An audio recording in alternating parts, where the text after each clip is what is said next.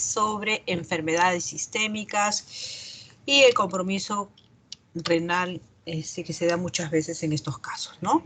Entonces, ¿cuál es importante? ¿Por qué es importante esta clase? Porque es necesario que ustedes tengan conocimientos básicos y medidas de prevención con cada una de las enfermedades que vamos a tocar el día de hoy, ¿no? Acá vemos todas las enfermedades, dentro de ellas pues las enfermedades autoinmunes, ¿no?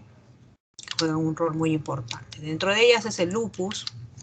Es importante pues recordar que estas enfermedades autoinmunes tienen como órgano de choque muchas veces al riñón, ¿no? En estas enfermedades generalmente son sistémicas y tienen pues una clínica muy variable. En relación al lupus, es una enfermedad pues autoinmune que afecta frecuentemente a mujeres entre los 25 y 30 años, ya que en este tiempo prácticamente pues tenemos un sistema inmunológico bastante, te podría decir activo, ¿no? La prevalencia va de 20 a 150 personas por cada 100.000 habitantes. Otra cosa importante que acompaña al lupus es la hipocomplementemia, es decir, vamos a encontrar la presencia de C3 y C4 bajo y anticuerpos anti-DNA nativo y otras manifestaciones que van a hacer posible el diagnóstico clínico de esta enfermedad, ¿no?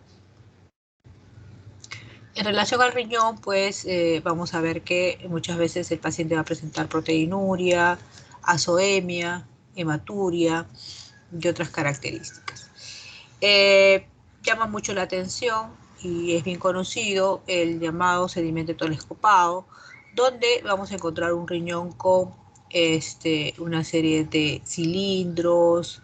Vamos a encontrar la presencia podemos encontrar hematuria, podemos encontrar leucocituria y otras series de componentes, pues, en una orina, pues, con componente abigarrado, ¿no? Es más frecuente en mujeres, en 9 a 1, y hay un lupus también secundario a fármacos que no suele afectar al riñón, ¿no? La etiología realmente es desconocida, ¿no?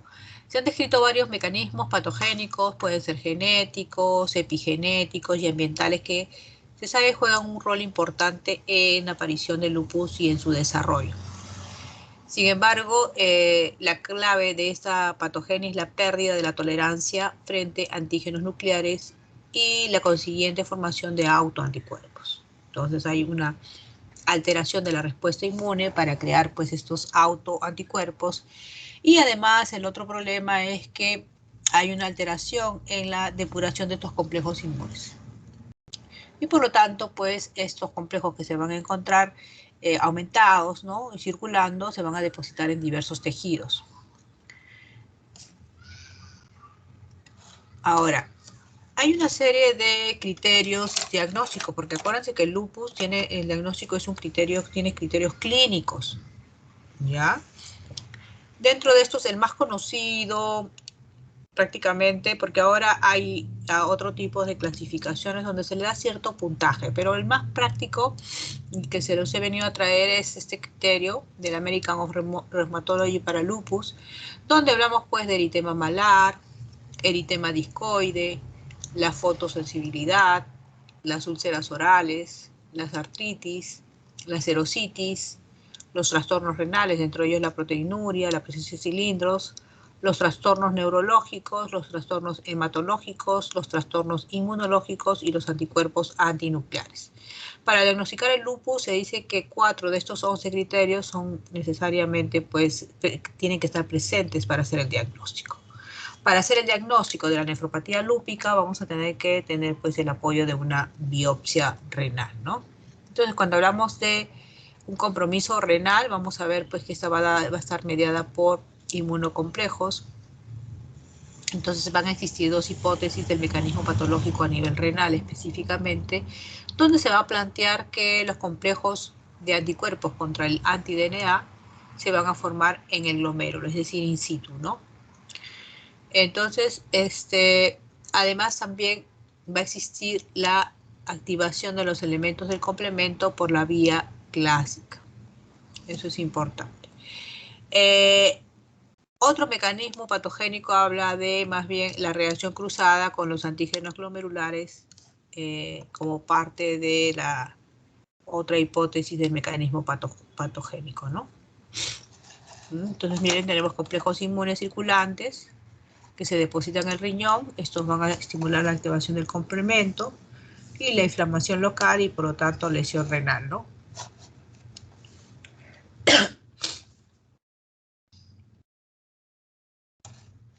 Cuando hablamos de daño renal, vamos a recordar, pues, que con la ayuda de la biopsia renal vamos a poder definir el grado de compromiso del riñón. Entonces, tenemos pues en la nefropatía lúpica 5 o 6 clases, ¿no? La clase 1, la nefritis lúpica mesangial mínima, es prácticamente muchas veces subclínica. Vamos a encontrar una creatinina normal y el hallazgo prácticamente va a ser casual, ¿no? Un hallazgo de una biopsia, ¿no? Específicamente.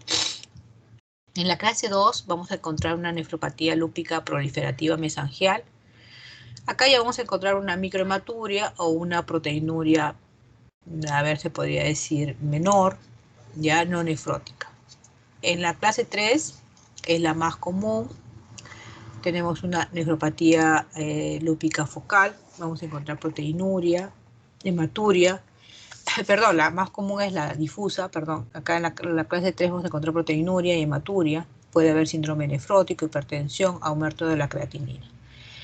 En la 4, que ya es difusa, vamos a encontrar pues hematuria, un síndrome mucho más florido, síndrome nefrótico, ya insuficiencia renal, hipertensión arterial. Ya hay hallazgos de laboratorio, hipoglucemia, el anti-DNA negativo, y lamentablemente pues es la que más va a evolucionar a insuficiencia renal, ¿no? Luego tenemos el estadio 5, la nefritis lúpica membranosa, ¿no? Caracterizada por un típico síndrome nefrótico, con una proteinuria en grandes cantidades, ¿no? Y la nefritis lúpica con esclerosis, donde ya hay una insuficiencia renal, ¿no? Acá vemos pues las biopsias, vemos por ejemplo acá el glomérulo, ¿no? Donde hay hay depósito de IgG en el mesangio, pero cuando hacemos la microscopía óptica, una microscopía simple, las biopsias que siempre se van a evaluar, vamos a encontrarlas normales, ¿no? O catalogadas como normales. Para el diagnóstico habría que hacerles una microscopía electrónica, ¿no?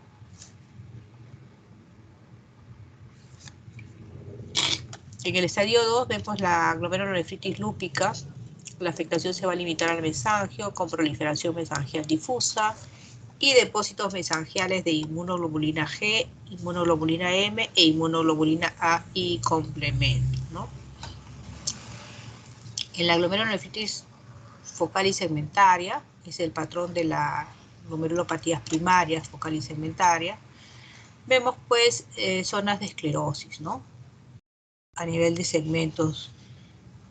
Y por eso, y en la clínica podemos encontrar glucosuria, podemos encontrar un síndrome nefrótico mixto, ¿no? También con componente nefrítico muchas veces. La glomerulonefritis difusa, esa es la que vemos comúnmente, es la más frecuente, es la más ominosa, es la que más rápidamente va a llevar a la insuficiencia, es la más grave, ¿no? El problema es que puede haber necrosis fibrinoide y lamentablemente pues pérdida del riñón en poco tiempo, ¿no? Esta es la glomerulonefritis lúpica membranosa, que se caracteriza por síndrome nefrótico donde hay pérdidas de proteína de 10-15 gramos por orina. Este es un tipo de coloración donde vemos pues hay una rigidez y engrosamiento de la membrana, ¿no? Membrana capilar. Y ese es el estadio final, prácticamente vemos zonas ya esclerosadas, ¿no? Con pérdida de la función del riñón y prácticamente en etapa pues de insuficiencia avanzada, ¿no? Pero la nefropatía lúpica no solamente me va a dañar el glomérulo, sino también va a haber un daño túbulo intersticial, como lo estamos viendo, ¿no? También vamos a tener lesiones tubulares, donde va a haber desdoblamiento de la membrana basal, vacuolas hialinas, células epiteliales y depósitos eosinófilos de C3. Un minutito ya, por favor.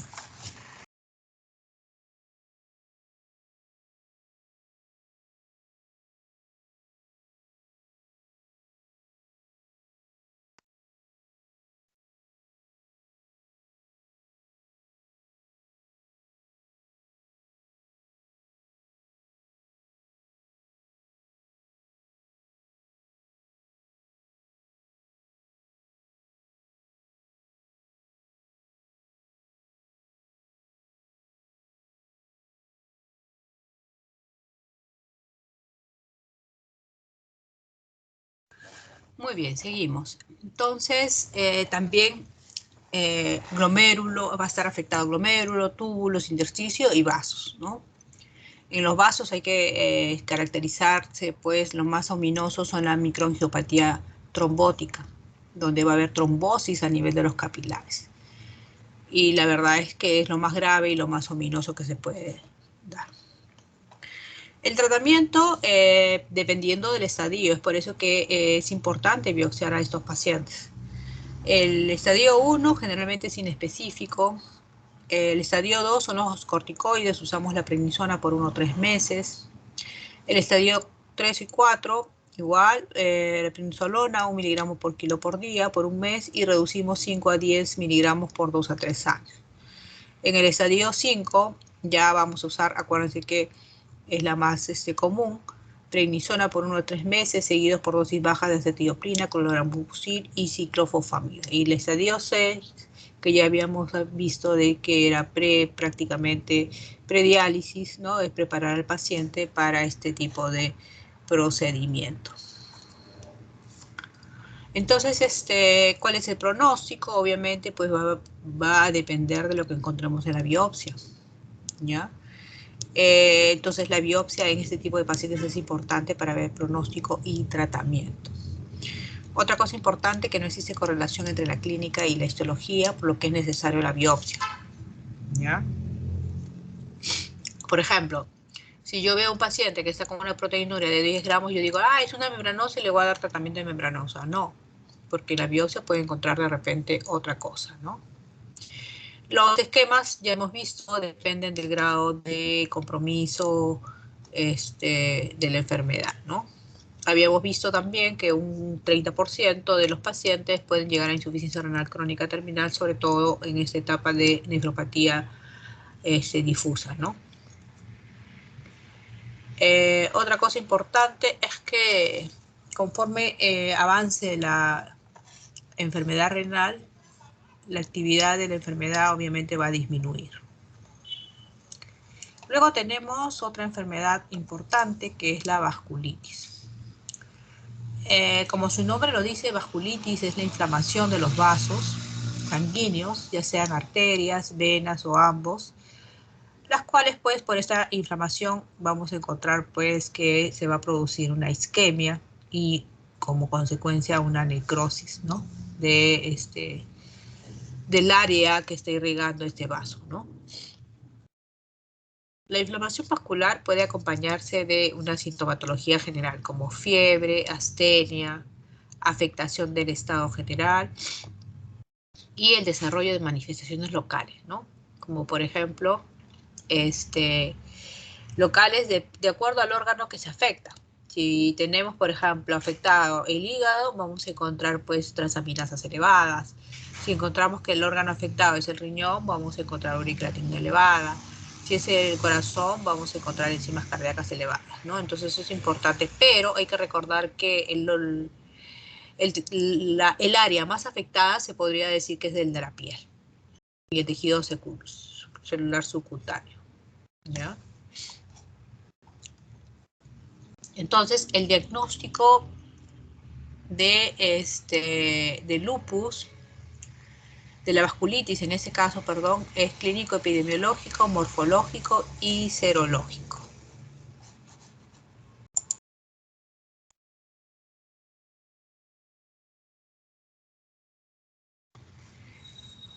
En cuanto a la clasificación, vamos a tener diferentes tipos de clasificación. Hay algunas clasificaciones en relación, bueno, clasificación si son primarias o secundarias, ¿no? Las vasculitis primarias se van a dar pues específicamente en el vaso, ¿no? Y las secundarias más bien van a ser, como su nombre lo dice, secundarias a algún tipo de enfermedad sistémica que van a repercutir en ese vaso, ¿no? Otra clasificación va a ser en relación al tamaño del vaso afectado, es decir, tenemos vasculitis de grandes vasos, de medianos vasos y de pequeños vasos.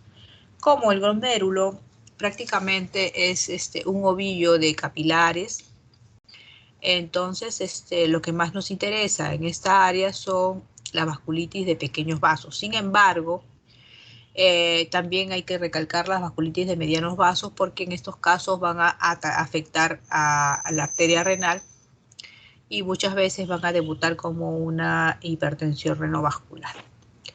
Entonces, cuando hablamos de pequeños vasos, tenemos... ¿Me escuchan, perdón? ¿Sí? Sí, doctora. Ah, ya. Cuando hablamos de pequeños vasos, estamos hablando de la granulomatosis de Wegener, el síndrome de Chur-Strauss, la poliangiitis microscópica, la púrpura de Henoch-Schönlein, la vasculitis crioglobulinémica esencial y la angeitis cutánea leucocitoclástica. Cuando hablamos de medianos vasos, la poliarteritis nodosa clásica y la enfermedad de Kawasaki, ¿no?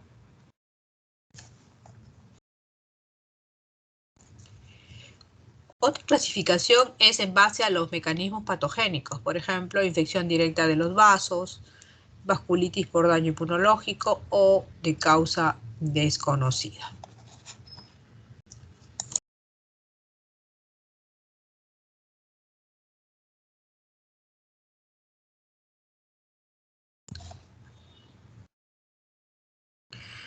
En relación a la clínica, en la púrpura de Henoch-Schönlein, generalmente se va a dar en personas menores de 20 años. Se va a caracterizar, como su nombre lo dice, por una púrpura palpable. Puede acompañarse de dolor abdominal y la biopsia nos va a dar un infiltrado de granulocitos en los vasos. Y vamos a encontrar como dato importante la elevación de inmunoglobulina A en sangre. Y en las biopsias de piel vamos a encontrar también presencia de inmunoglobulina A la hora de llevar estas muestras a inmunofluorescencia, ¿no? En relación a la enfermedad de Wegener, hay una inflamación nasal u oral. La radiografía de tórax va a haber un infiltrado de nódulos o cavidades. Puede haber un síndrome renal agregado, microhematuria o cilindros hemáticos con proteinuria. Y va a haber presencia de ANCA-C, ¿no? En el síndrome de Chur-Strauss vamos a encontrar asma bronquial, eosinofilia superior al 10%, puede haber infiltrados pulmonares, pero no como en la enfermedad de Wegener. Puede haber afectación de senos paranasales, pero lo más característico acá, el Chur-Strauss, acuérdense que tiene mucho que ver con alergia, eosinofilia, asma, ¿ya? En el Chur-Strauss podemos encontrar un ANCA-P en un 30%, ¿ya? En la vasculitis por hipersensibilidad, generalmente es en personas mayores de 16 años, hay púrpura palpable, rash maculopapular y generalmente pues las lesiones son a nivel de pie, ¿no? Eso es importante. La poliarteritis nodosa habíamos hablado que tenía mucho que ver con estenosis de la arteria renal. Acá vamos a encontrar pues sintomatología un poquito más general, pérdida de peso, libido reticularis, mialgias, las presiones diastólicas mayores de 90 y estas van asociadas generalmente a virus C o virus de hepatitis B. Acá vemos, miren, una lámina donde vemos pues la presencia del patrón citoplasmático ANCA-C con una inmunofluorescencia, ¿no?, en el citoplasma del neutrófilo.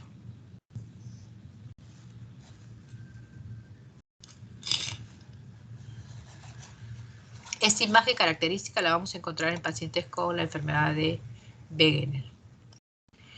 Acá tenemos otra presencia de inmunofluorescencia pero en la región perinuclear del neutrófilo, conocida como ANCA-P, patrón perinuclear, y lo vamos a encontrar pues en la poliangeitis microscópica. Y acá tenemos un patrón atípico, ¿no?, que lo podemos encontrar en algunos casos de colitis ulcerosa.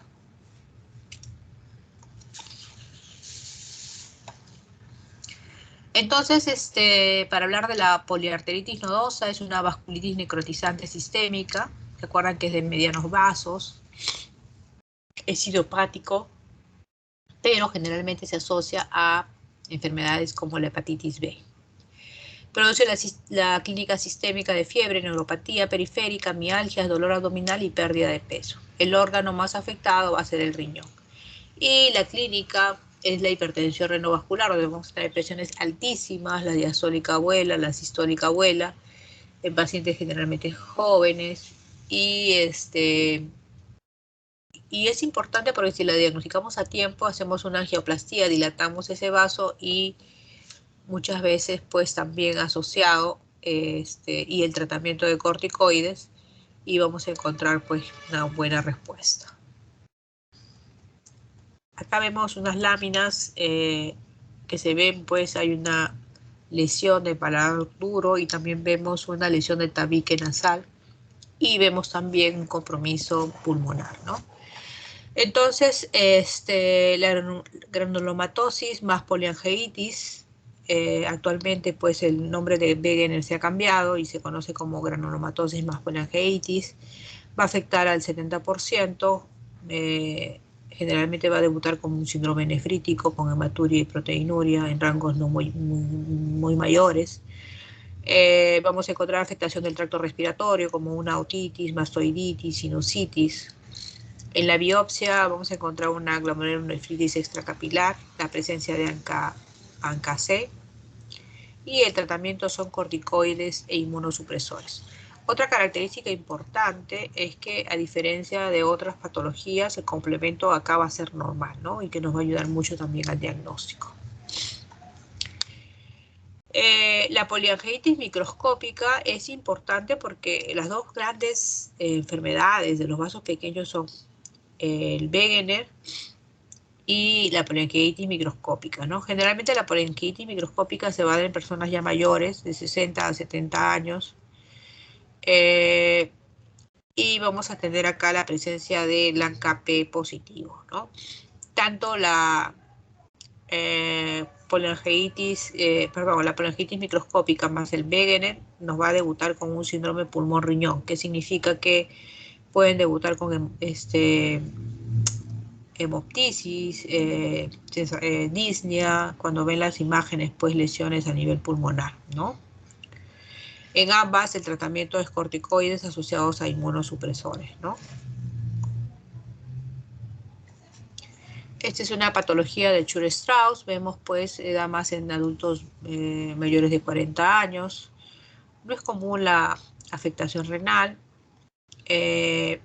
Por lo general, la lesión más importante es en piel, como lo estamos viendo en la imagen, y a nivel respiratorio.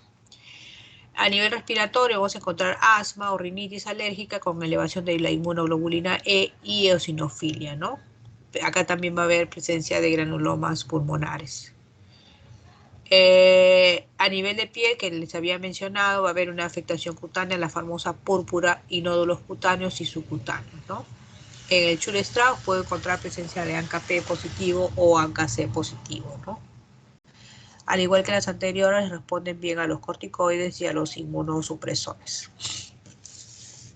Acá tenemos la famosa púrpura de Genoch-Scholle, conocida también como púrpura anafilactoide. Es interesante porque algunos autores sostienen que la glomerulonefritis mesangial por inmunoglobulina A sería una forma monosintomática de esta enfermedad, ¿no? Cuando solamente daña el riñón, se conoce como la glomerulonefritis mesangial tipo por inmunoglobulina A, pero cuando ya hay un compromiso además de piel, estamos hablando de una enfermedad de Genoch-Scholle, por ejemplo, ¿no? Afecta a la población infantil y adultos jóvenes. La afectación renal es frecuente. En piel vamos a encontrar la vasculitis leucocitoclástica. La etiología es desconocida. la patogénesis autoinmune, ¿no? Puede haber artralgia, dolor abdominal y afectación renal. Acá también el complemento es normal, pero vamos a encontrar pues la presencia de la inmunoglobulina A cuando hagamos dosajes de inmunoglobulina A, ¿no? Generalmente la evolución es benigna, esta púrpura de Henoy-Schönlein. Cuando hablamos de la glomerulonefritis mesangial también es benigna, generalmente se caracteriza por hematurias recidivantes, ¿no?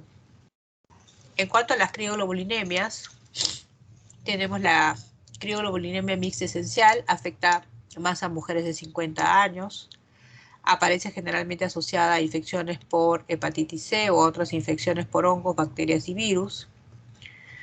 Esta va a cursar más bien con complemento C3 y C4 bajo, puede cursar con púrpura cutánea, fiebre, artralgia, hepatoesplenomegalia y lesiones necróticas expuestas al frío. En el riñón vamos a encontrar hematuria, proteinuria y puede debutar como un síndrome nefrítico. El tratamiento son los corticoides o inmunosupresores.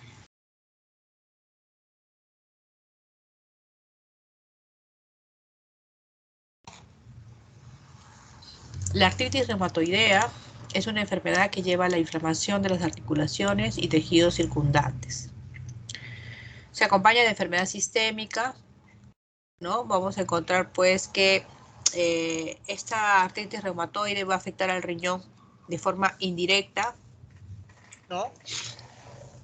Por la amiloidosis secundaria o también por la afectación renal por el uso de elementos como las sales de oro y la penicilamina, ¿no? El tratamiento de la artritis reumatoidea es el metrotexate, la leflunomida y la talidomida. En relación a la esclerodermia, es una enfermedad del colágeno que se va a caracterizar por proliferación excesiva del tejido colágeno y va a afectar predominantemente la piel, ¿no? Como vemos ahí, las palmas de las manos prácticamente bastante afectadas, ¿no? Se va a dar más en mujeres, 3:1, y la edad promedio es de 35 a 45 años, ¿no? Y esta esclerodermia, pues, va a dar una serie de manifestaciones clínicas, por ejemplo, el Raynaud, los edemas, puede haber afectación esofágica, alteración de la motilidad, alteraciones articulares y sobre todo nos interesan las alteraciones renales, ¿no?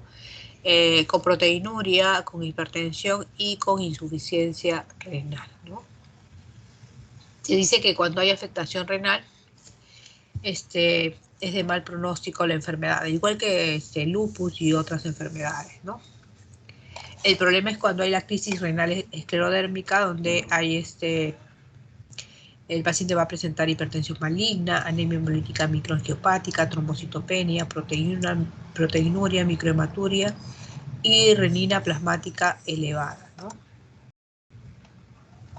El tratamiento es el control de los síntomas, utilización de fármacos antifibróticos como la D-penicilamina y la colchicina, el control estricto de la presión arterial con el uso de los inhibidores de la enzima convertidora de angiotensina, y ahora pues está trabajando con medicamentos a futuro que son los antagonistas de el factor de necrosis tumoral.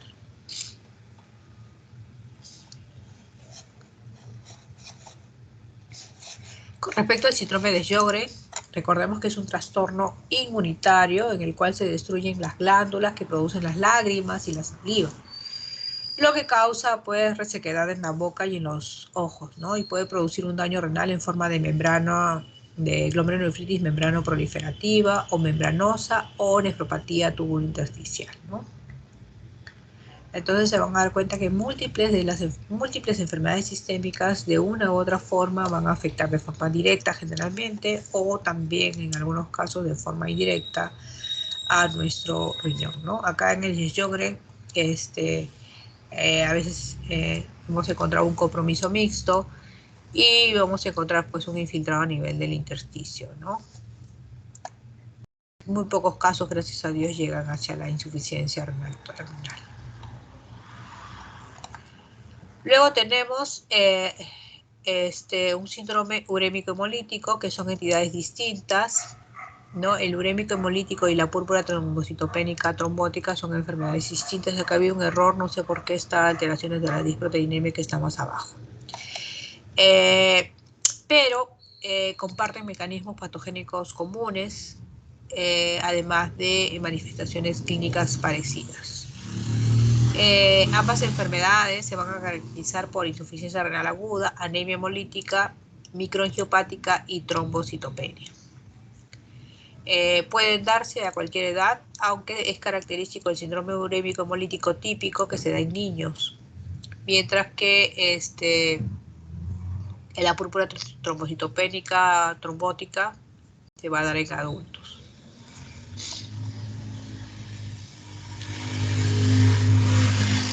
A ver, acá vamos a ver que va a haber un aumento en la agregación plaquetaria que va a dar lugar a la formación de trombos plaquetarios intravasculares, ¿no? Entonces, los mecanismos comprometidos, asociados, son varios. Va a haber lesión del endotelio vascular. Esta lesión del endotelio puede ser por fármacos, por virus, por toxinas, por factores inmunológicos, etcétera, ¿no? Y también va a haber la presencia de un factor estimulante de la agregación plaquetaria, ¿no? Y recientemente se han encontrado, pues, estudios que describen un factor genético implicado en la patogenia, sobre todo de los casos del síndrome urémico hemolítico atípico, ¿no? La etiología del síndrome urémico hemolítico, el típico se asocia pues a diarreas, se asocia a cuadros postinfecciosos, asociados a gérmenes como la shigella, la salmonella y sobre todo la Escherichia coli. La Escherichia coli, pero no todas las cepas. Hay unas cepas específicas, ¿no? La enterohemorrágica 0157H7, ¿no? También asociado a la Yersinia, a la Klebsiella, etc. Pero también tenemos los famosos síndromes urémico hemolíticos asociados a fármacos como la mitomicina, los anticonceptivos, la ciclosporina y los AINES. También tenemos síndromes urémico hemolíticos asociados a lupus, esclerodermia e hipertensión. Y el más común que vemos también en el atípico es en el embarazo, ¿no?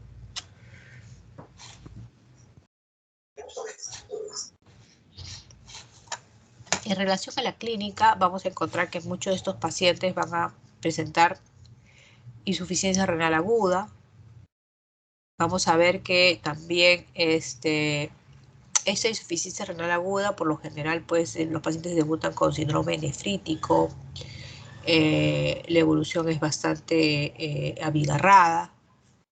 ¿Qué otra cosa importante? Hay una hipertensión severa. Y acá en la biopsia vamos a encontrar microangiopatía trombótica con presencia de trombos en las luces de los capilares, ¿no? También podemos encontrar sintomatología neurológica con desorientación, confusión, convulsiones y comas. Puede haber fiebre, trombocitopenia, es la regla, es decir, vamos a tener plaquetopenias, puede llegar hasta menos de 30.000. Y también presencia pues de una anemia hemolítica microangiopática, ¿no? Donde vamos a encontrar pues presencia de aumento de bilirrubina indirecta y HDL.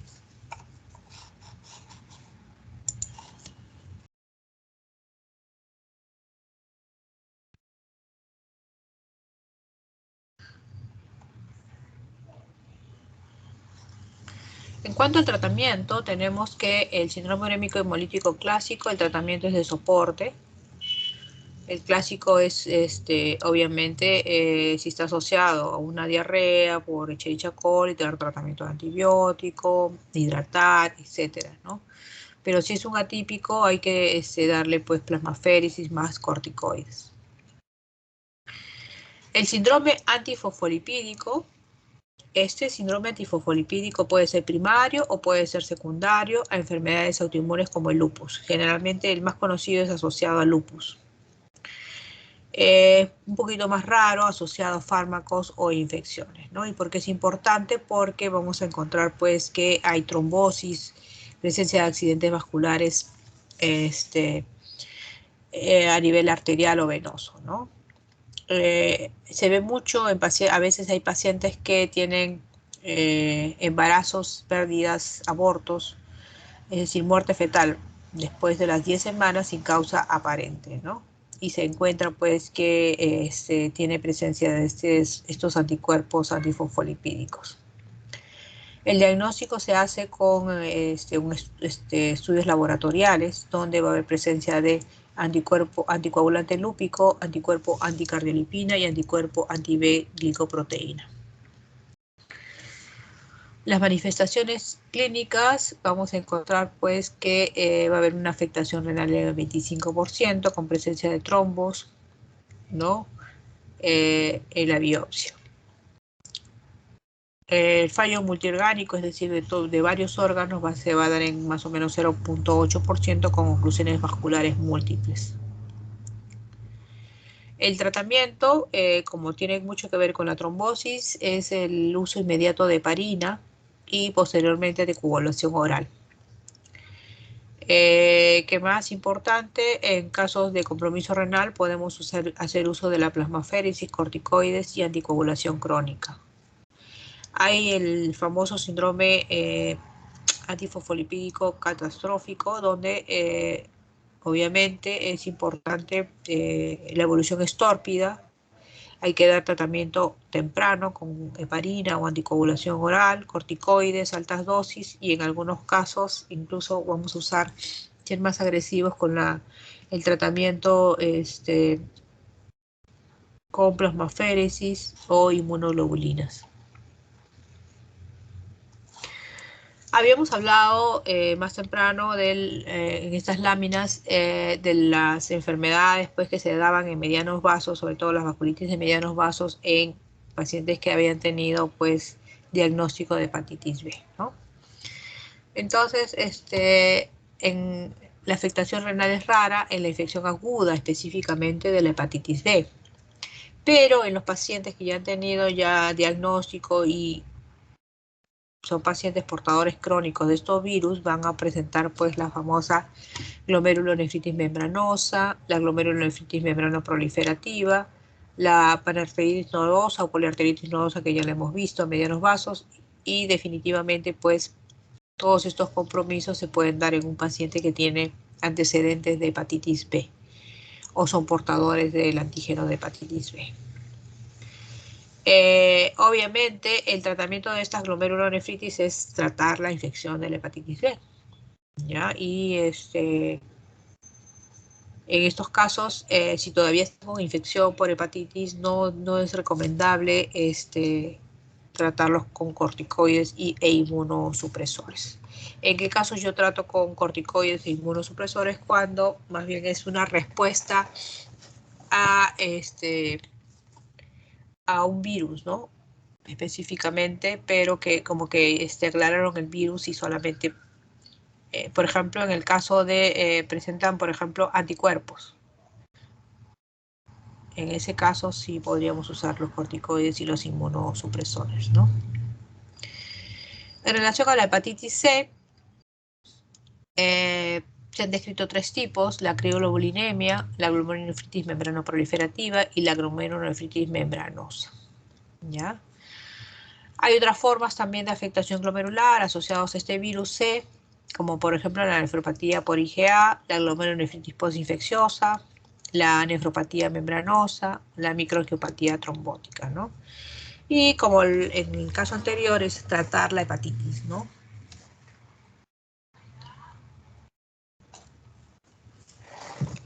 El VIH también me va a afectar al riñón, ¿ya? Entonces, y la forma más común es la glomeruloesclerosis focal y colapsante. Y es la de peor pronóstico, cursa con proteinuria masiva y deterioro rápido de la función renal. Como en los casos anteriores, se recomienda tratar el virus, ¿ya?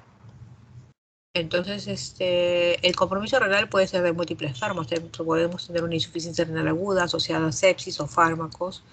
Podemos tener una nefrolitiasis asociada al uso de nintedanib. Podemos tener un síndrome de Fanconi asociado al tenofovir. Podemos tener una glomerulonefritis postinfecciosa, una nefritis intersticial asociado a la inmunosupresión severa dada por estos retrovirales, asociado a citomegalovirus, etc.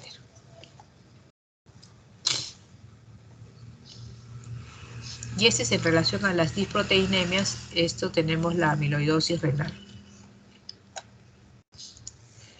Bueno, recordemos que el término amiloidosis fue acuñado por primera vez por Virchow y viene etimológicamente de la palabra ami de almidón, de que tiene aspecto y osis de proceso patológico, haciendo referencia al aspecto similar al almidón, como lo vemos en las láminas, en la lámina que vemos, a un agregado proteico, ¿no? La amiloidosis es una enfermedad sistémica caracterizada por depósitos en los tejidos de diferentes órganos de un material amorfo que toma específicamente la tinción del rojo Congo. Hay varias formas de amiloidosis, ¿no? Tenemos la amiloidosis primaria, conocida como AL, y la secundaria, conocida como AA. Entonces, esta amiloidosis puede afectar a múltiples órganos. Uno de ellos, pues, es el riñón, ¿no?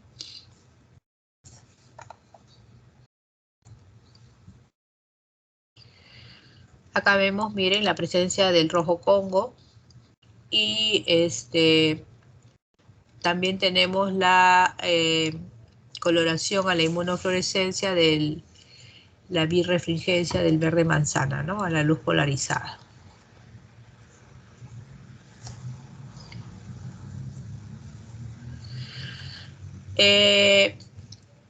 Atendiendo a la presencia o ausencia de la enfermedad subyacente y el tipo de proteínas depositadas, la clasificamos en amiloidosis primaria. Acá en este rubro también está la amiloidosis asociada al mieloma múltiple. Uno piensa que el mieloma múltiple es una amiloidosis secundaria, no, se ha clasificado como una amiloidosis primaria, esa es pregunta también del MIR. Y la amiloidosis secundaria, donde hablamos de la fiebre mediterránea familiar, el síndrome de Muckle-Wells, etc. Luego tenemos las amiloidosis beta-2 microglobulinas asociadas a la hemodiálisis que se da en pacientes renales que dializan pues, por más de 5 o 10 años. Porque recordemos que en hemodiálisis el uso de filtros que tiene poros, a veces por ese poro no puede pasar esta beta-2 microglobulina y por lo tanto se queda en el cuerpo y se acumula. Es por eso que hay una amiloidosis secundaria en este tipo de pacientes renales en diálisis. Y luego tenemos la amiloidosis por depósito de transtirretina, que generalmente se asocia a la polineuropatía familiar portuguesa.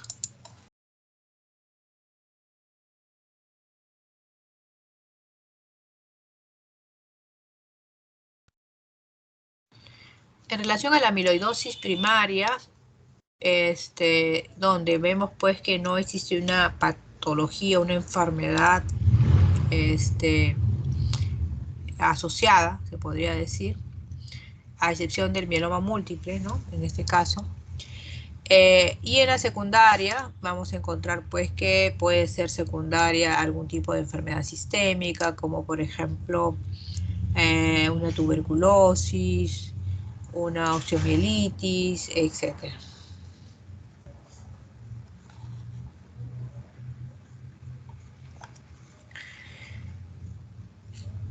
Entonces, en la amiloidosis secundaria vamos a encontrar pues que va a haber una proteína fibrilar derivada de un precursor plasmático de síntesis hepática, que realmente es un reactante de fase aguda que va a aumentar con los estímulos inflamatorios, por eso es que se dan inflamaciones crónicas, ¿no?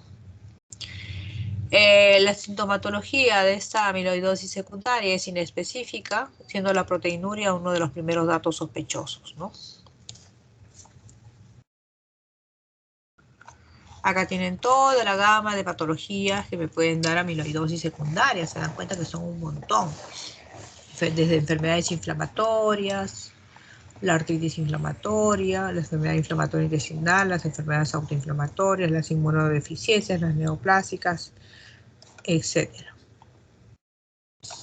Esta es la amiloidosis asociada a diálisis, habíamos ya mencionado dando un adelanto, es una complicación importante en los pacientes con enfermedad renal crónica terminal que son sometidos a hemodiálisis durante extensos periodos de tiempo.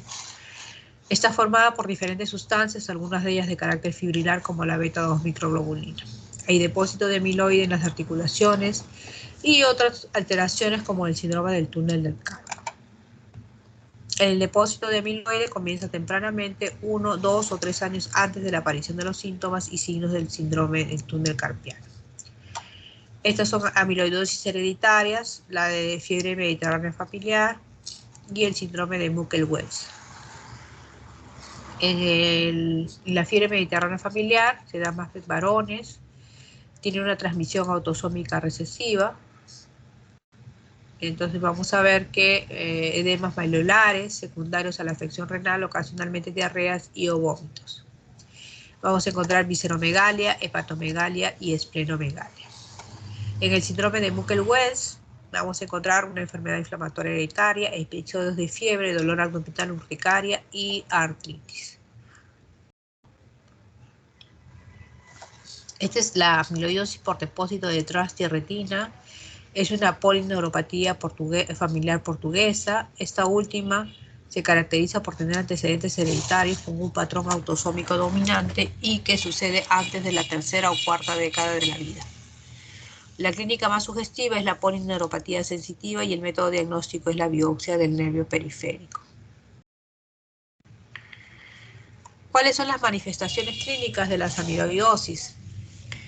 Fatiga, anorexia, pérdida de peso, afectación renal, vamos a tener proteinuria, albuminuria, síndrome nefrótico, insuficiencia renal, daño tubulointersticial, afectación cardíaca, hipertrofia ventricular, insuficiencia cardíaca, arritmia, síncope y muerte súbita, afectación del sistema nervioso periférico y autónomo, polineuropatía periférica, síndrome del túnel carpiano, estenosis lumbar espinal, hipotensión ortostática, afectación de la piel y faneras, macroglosia, afectación hepática, hematológica y otras. La amiloidosis renal, vamos a ver que en el riñón vamos a encontrar ambas, ¿no? La primaria y la secundaria. La característica clínica, proteinuria, puede haber hematuria, ¿no? Vamos a tener edemas. En la amiloidosis secundaria se produce una aparente recuperación de la función renal al tratar la enfermedad de fondo, ¿no es cierto? En la amiloidosis asociadas a enfermedad renal crónica por la hemodiálisis crónica, el trasplante son útiles en el tratamiento final de esta amiloidosis. ¿Cuál es el diagnóstico? Se sospecha en pacientes con procesos crónicos predisponentes como una artritis reumatoidea, tuberculosis, etcétera, que desarrollan proteinuria, hepatomegalia, esplenomegalia, malabsorción y cardiopatía, ¿no?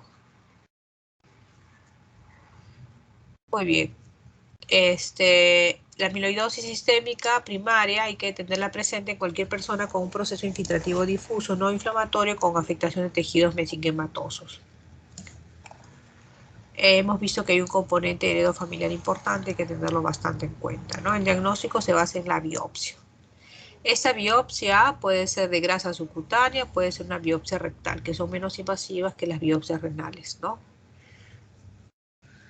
Acá vamos a encontrar que se tiñe de rojo Congo bajo el microscopio de luz polarizada de un verde birrefringente, ¿no?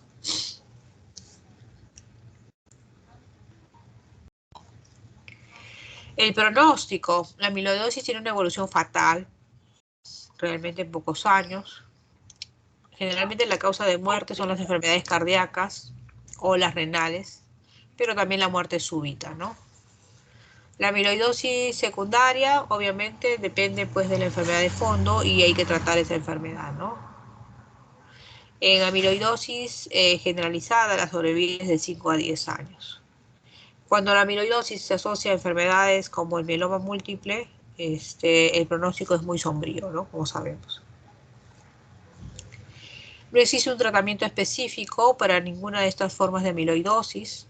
El tratamiento de la amiloidosis primaria es poco satisfactorio. Se emplean fármacos alquilantes eficaces contra procesos proliferativos, porque cuando hablamos de la amiloidosis primaria estamos hablando de mieloma, ¿no es cierto? Y definitivamente pues es una neoplasia el mieloma y por eso el pronóstico es insatisfactorio. En la amiloidosis de beta-2 microglobulina asociada a la hemodiálisis, lo que se recomienda es hacer el uso de membranas de diálisis mucho más permeables para que puedan pues por esos poros poder extraerse de esa beta-2 y no acumularse en el organismo. La colchicina es un medicamento que se usa, pero todavía no se ha, se está experimentando con su uso, se podría decir. Y este es un caso clínico de un paciente que ya se los dejo de tarea. Y tenemos el mieloma múltiple. El mieloma múltiple es una proliferación neoplásica de las células plasmáticas caracterizado por lesiones líticas a nivel óseo, anemia y elevaciones de las globulinas séricas y urinarias, ¿no? Es importante porque la presencia de globulinas, ¿no?, me va a sugerir la transformación maligna de su clon, ¿no? O sea, hay una hiperproliferación de estas inmunoglobulinas. Este mieloma se va a dar en pacientes entre los 60 y los 70 años. ¿Cuáles son las manifestaciones clínicas? Más del 70% de estos pacientes añosos van a presentar pues dolores óseos, sobre todo localizado en la espalda y el tórax. Cuando el compromiso es en vértebra puede reducirse incluso hasta en la talla del paciente, ¿no?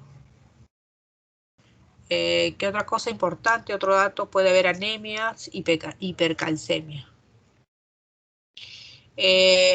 Es importante porque cuando hay proteinuria hacemos un estudio en relación a proteinograma electroforético en orina y vamos a encontrar la presencia de un pico monoclonal tanto en sangre como en orina, ¿no?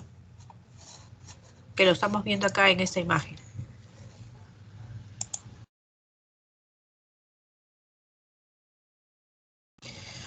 Ustedes saben que a nivel de orina se pierde pues proteínas como la albúmina, tenemos la alfa-1 globulina, beta globulina, y acá vemos pues normalmente la albúmina es la más tiene un pico, pero acá vemos dos picos, que es la gamma globulina.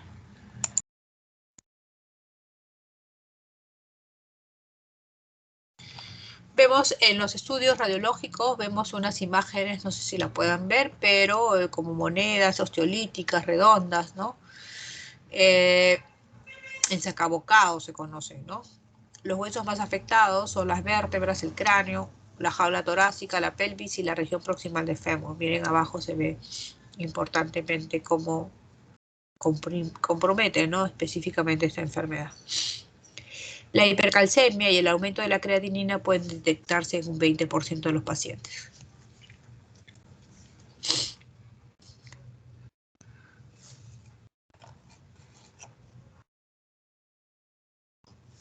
El riñón de mieloma, incluso también es pregunta del MIR, se debe a la precipitación de esas proteínas de Ben-Jones, las cadenas ligeras lambda y kappa, en los túbulos distales y colectores, produciendo insuficiencia renal aguda.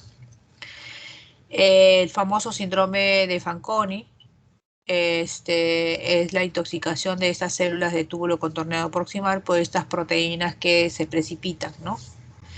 Y por lo tanto va a estar alterado el transporte de la glucosa, los aminoácidos y los fosfatos, ¿no? Entonces ustedes hacen un examen de orina y vamos a encontrar presencia de glucosuria, aminoaciduria y fosfaturia. ¿Cuáles son los criterios mayores del diagnóstico de mieloma?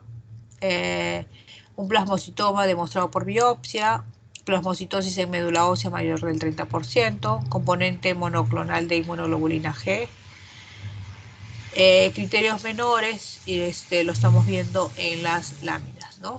Las lesiones osteolíticas, el descenso de las inmunoglobulinas y el componente monoclonal, ¿no? Otras causas de afectación renal en el mieloma múltiple incluyen una insuficiencia renal aguda por hipercalcemia, secundaria a resorción de ósea inducida por la interleukina 2, el síndrome de hiperviscosidad, ¿no? Más habitual en los mielomas productores de IgM, cefalea, bradisique, etc.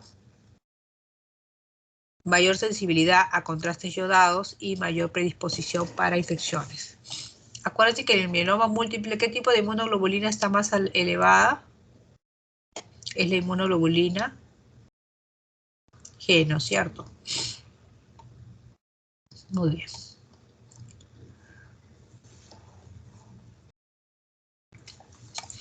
Entonces vamos a encontrar pues que vamos a tener también lesiones por inmunoglobulinas, las lesiones glomerulares, que ya hemos hablado, y las lesiones tubulares, eso ya lo hemos explicado.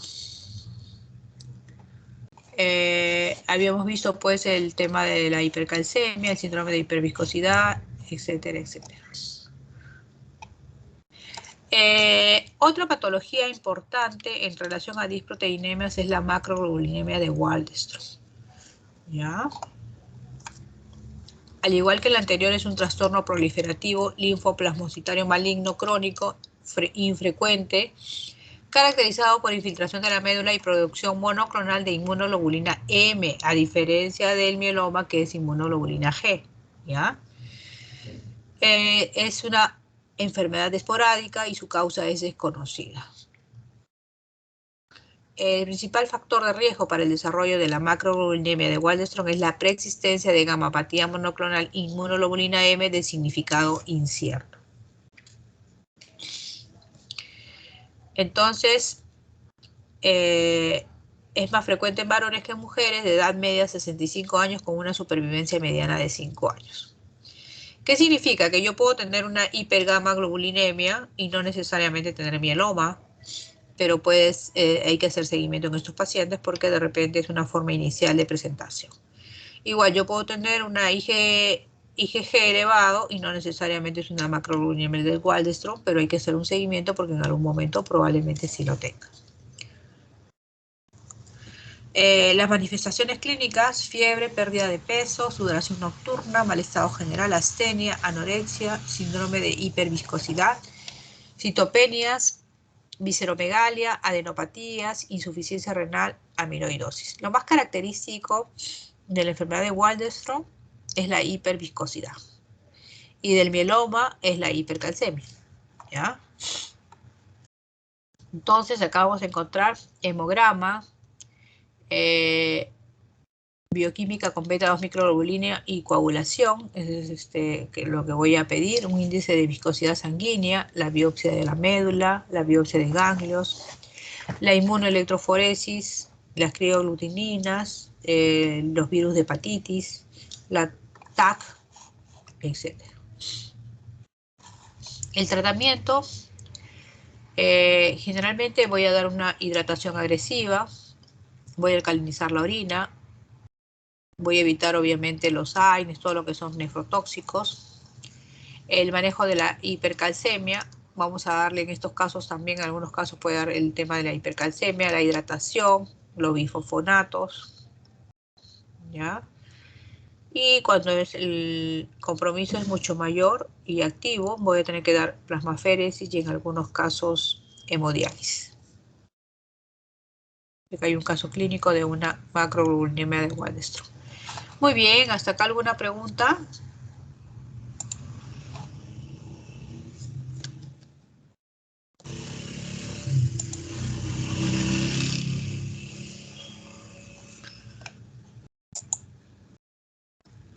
Muy bien, entonces, como no hay preguntas, asumo que ya han entendido todo. Damos por terminada nuestra clase teórica del día de hoy. Doctora.